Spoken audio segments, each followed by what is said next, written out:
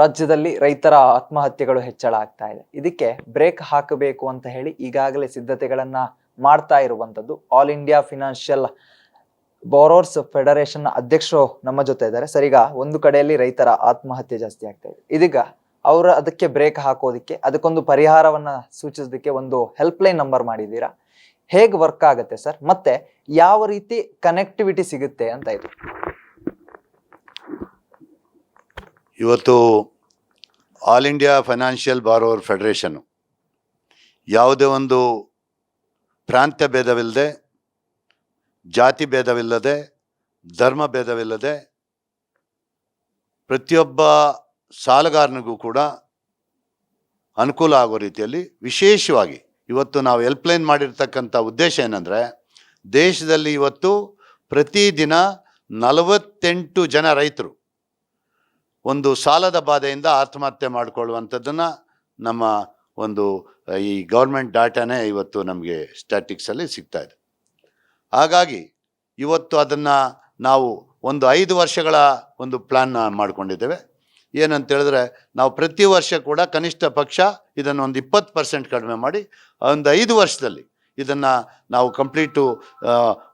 ಕಂಪ್ಲೀಟಾಗಿ 100ಕ್ಕೆ 100ರಷ್ಟು ನಾವು ಈ ಆತ್ಮಹತ್ಯೆಗಳನ್ನ ತಡೆಯುವಂಥ ಒಂದು ಕೆಲಸವನ್ನು ಮಾಡಬೇಕು ಅನ್ನೋಂಥ ಗುರಿಯನ್ನು all India financial borrower federation ಹಾಕ್ಕೊಂಡು ಇವತ್ತು ಅವರಿಗೆ ಹೆಲ್ಪ್ಲೈನನ್ನು ನಾವು ಇವತ್ತು ಲಾಂಚ್ ಮಾಡಿದ್ದೇವೆ. ಈ ಹೆಲ್ಪ್ಲೈನ್ಗೆ ಏನು ನಮ್ಮ ವಿಶೇಷವಾಗಿ ನಮ್ಮ ಈ ರೈತರಿಗೆ ನಾವು ಮನವಿ ಮಾಡುವಂಥದ್ದು, ಅನ್ನದಾತ ಬಂಧುಗಳೇ, ಸಾಲದ ಸುಳಿಗೆ ಸಿಕ್ಕಿ ಸಾಯುವ ಒಂದು ನಿಶ್ಚಯವನ್ನು ಮಾಡುವುದಕ್ಕೆ ಮೊದಲು ನೀವು ಒಂದು ಕರೆ ಮಾಡಿ, ನಿಮ್ಮ ಜೊತೆಗಿದೆ ಆಲ್ ಇಂಡಿಯಾ ಫೈನಾನ್ಷಿಯಲ್ ಬಾರೋವರ್ ಫೆಡರೇಷನ್ನು ಅಂಥೇಳಿ ಇವತ್ತು ಒಂದು ಟೋಲ್ ಫ್ರೀ ನಂಬರನ್ನು ಅವರಿಗೆ ಒಂದು ಹೆಲ್ಪ್ಲೈನನ್ನು ನಾವು ಮಾಡಿದ್ದೇವೆ. ಆ ಹೆಲ್ಪ್ಲೈನ್ಗೆ ಅವರ ಫೋನ್ ಬಂದ ತಕ್ಷಣ ಅವರಿಗೆ ನಾವು ಯಾವ ರೀತಿ ಅವರಿಗೆ ಏನು ಸಮಸ್ಯೆ ಇದೆ ಆ ಸಮಸ್ಯೆಯನ್ನು ನಾವು ಬ್ಯಾಂಕಿನ ಒಂದು ಜೊತೆ ಅವರಿಗೆ ಒಂದು ಅನ್ಯಾಯ ಆಗಿದ್ದರೆ ಅಥವಾ ಬೇರೆ ಯಾವುದೇ ಒಂದು ಅವರಿಗೆ ಕ್ರಾಪು ಫೇಲ್ ಆಗಿ ಅವ್ರದ್ದು ಸಮಸ್ಯೆ ಆಗಿದ್ದರೆ ಅದನ್ನು ಯಾವ ರೀತಿ ಒಂದು ಪರಿಹಾರನ ಕೊಡ್ಬೋದು ಅಂತೇಳಿ ಬ್ಯಾಂಕು ಮತ್ತು ಸಾಲಗಾರರ ಮಧ್ಯೆ ಒಂದು ಬ್ರಿಡ್ಜ್ ಆಗಿ ಕೆಲಸ ಮಾಡಿ ಅದಕ್ಕೆ ಒಂದು ಪರಿಹಾರವನ್ನು ಕೊಡುವಂಥ ಕೆಲಸವನ್ನು ಮಾಡ್ತೇವೆ. ಸರ್, ಎಲ್ಲೋ ಒಂದು ಕಡೆಯಲ್ಲಿ ಈ ಬಡ್ಡಿ ಹೆಚ್ಚಳ ಆಗಿರೋದೇ ಇದಕ್ಕೆ ಒಂದಿಷ್ಟು ಕಾರಣ ಅಂತ ಹೇಳಿ ಕೂಡ ಹೇಳಿದ್ರಿ. ಒಂದು ಕಡೆಯಲ್ಲಿ ಬಡ್ಡಿಯನ್ನ ಕಮ್ಮಿ ಮಾಡಲಿಕ್ಕೆ ಕೂಡ ಒತ್ತಾಯ ಮಾಡಿದ್ರಿ ಸರ್, ಇದ್ರ ಬಗ್ಗೆ ಹೇಳೋದಾದ್ರೆ? ಇವತ್ತು ಒಳ್ಳೆ ಪ್ರಶ್ನೆಯನ್ನು ಕೇಳಿದ್ದೀರಿ.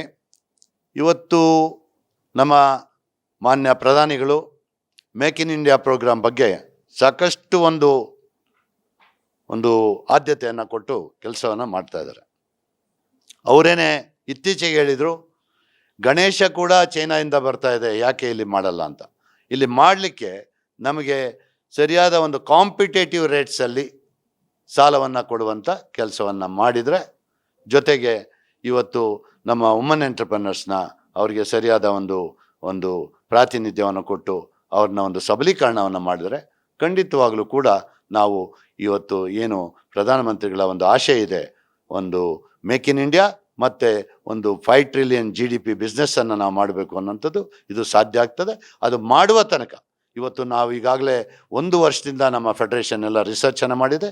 ಇವತ್ತು ಬೇರೆ ದೇಶಗಳು ನಮ್ಮ ಬಡ್ಡಿ ರೇಟಲ್ಲಿ 25% ಕೂಡ ಅವ್ರದ್ದು ಬಡ್ಡಿ ರೇಟ್ ಇಲ್ಲ. ಇವತ್ತು ಜಾಪಾನಲ್ಲಿ ತಗೊಳ್ಳಿ, ಜಾಪಾನ್ ಒಂದು ಸಣ್ಣ ಕಂಟ್ರಿ, ಇವತ್ತು ಯಾಕೆ ಅದು ಇಷ್ಟೊಂದು ಒಂದು ಉನ್ನತಿಯನ್ನು ಸಾಧನೆ ಮಾಡಿದೆ. ಮತ್ತು ಜರ್ಮನಿ 8.3 ಕೋಟಿ ಜನ, ಅಲ್ಲಿ ಒಂದು ಕರ್ನಾಟಕದಷ್ಟು ಜನಸಂಖ್ಯೆ, ಅವರು ನಮಗಿಂತ ಮುಂದೆ ಹಾಕಿದ್ದಾರೆ ಅಂದರೆ ಅವರ ಇಂಟ್ರೆಸ್ಟ್ ರೇಟ್ಸ್ ಕಡಿಮೆ ಇದೆ, ಅವರಲ್ಲಿ ವುಮನ್ ಒಂದು ಎಂಟರ್ಪ್ರೆನರ್ಸ್ ಪಾರ್ಟಿಸಿಪೇಷನ್ ಹೆಚ್ಚಿಗೆ ಇದೆ. ಜೊತೆಗೆ ಅವರಲ್ಲಿ ಇವತ್ತು ಬ್ಯಾಂಕ್ಸು ಇಲ್ಲಿ ಇಂಡಿಯಾದಲ್ಲಿ ಮಾಡಿದಾಗೆ ಒಂದು ತಮ್ಮ ವೈಯಕ್ತಿಕ ಲಾಭಗಳಿಗೆ ಸಾಲಗಾರನ್ನ ಲೂಟ್ ಮಾಡುವಂಥ ಒಂದು ಪ್ರವೃತ್ತಿ ಬೇರೆ ದೇಶಗಳಲ್ಲಿ ಇಲ್ಲ. ಇವತ್ತು ಇದಕ್ಕೆಲ್ಲ ಕೂಡ ಒಂದು ಸರ್ಕಾರಕ್ಕೆ ನಾವು ಈಗಾಗಲೇ ಒತ್ತಾಯವನ್ನು ಮಾಡಿದ್ದೇವೆ. ಪ್ರಧಾನಮಂತ್ರಿಗಳಿಗೆ ಈಗಾಗಲೇ ಕೂಡ ಒಂದು ಮೇಲನ್ನು ಈ ವೇದಿಕೆ ಮೂಲಕ ರವಾನೆ ಮಾಡಿದ್ದೇವೆ. ಫೈನಾನ್ಸ್ ಮಿನಿಸ್ಟ್ರಿಗೂ ಕೂಡ ಒಂದು ಮೇಲನ್ನು ರವಾನೆ ಮಾಡಿದ್ದೇವೆ. ಅದರಲ್ಲಿ ಸಂಪೂರ್ಣವಾದ ಈ ನಮ್ಮ ಒಂದು ಮಾಹಿತಿಯನ್ನು ನಾವು ಅವರಿಗೆ ತಲುಪಿಸಿದ್ದೇವೆ. ಇವತ್ತು ಎಲ್ಲ ಒಂದು ಸಾಲಗಾರರಿಗೆ ಆದಷ್ಟು ಬೇಗ ಈ ಒಂದು ದೇಶದಲ್ಲಿ ನಮ್ಮ ಪಾರ್ಲಿಮೆಂಟೇರಿಯನ್ಸು ಕೂಡ ಇವತ್ತು ಪ್ರತಿಯೊಬ್ಬ ಲೋಕಸಭಾ ಮತ್ತು ರಾಜ್ಯಸಭಾ ಸದಸ್ಯರು ಕೂಡ ನಾವಿವತ್ತು ಮೇಲನ್ನು ಕಳಿಸಿದ್ದೇವೆ. ಇದರಲ್ಲಿ ಅವರ ಒಂದು ಜವಾಬ್ದಾರಿ ಏನಿದೆ ಮತ್ತು ಇವತ್ತು ಸಾಲಗಾರರ ತೊಂದರೆಗಳೇನಿದೆ ಅನ್ನುವಂಥದ್ದನ್ನು ಪೂರ್ಣವಾದ ವಿವರವನ್ನು ನಾವು ಹೇಳಿದ್ದೇವೆ. ಇದಕ್ಕೆ ಸರ್ಕಾರ ಮತ್ತು ಜನಪ್ರತಿನಿಧಿಗಳು ಸ್ಪಂದಿಸಿದ್ರೆ ನಾವು ಖಂಡಿತವಾಗಲೂ ಕೂಡ ಮೇಕ್ ಇನ್ ಇಂಡಿಯಾ ಪ್ರೋಗ್ರಾಮಲ್ಲೂ ಕೂಡ ಸಕ್ಸಸ್ ಆಗ್ಬೋದು. ಮತ್ತು ನಾವು 5 ಟ್ರಿಲಿಯನ್ ಅಲ್ಲ, ನಾವು ಇವತ್ತು ಚೈನಾವನ್ನು ಮುಂದಿಕ್ಕಿ 20 ಟ್ರಿಲಿಯನ್ ಇವತ್ತು GDPಗೂ ಕೂಡ ನಾವು ರೀಚ್ ಆಗಲಿಕ್ಕೆ ನಮ್ಮ ಜನಕ್ಕೆ, ನಮ್ಮ ಭಾರತೀಯರಿಗೆ ಶಕ್ತಿ ಇದೆ ಅನ್ನುವಂಥ ಮಾತನ್ನು ಈ ಸಂದರ್ಭದಲ್ಲಿ ಹೇಳ್ತೀನಿ.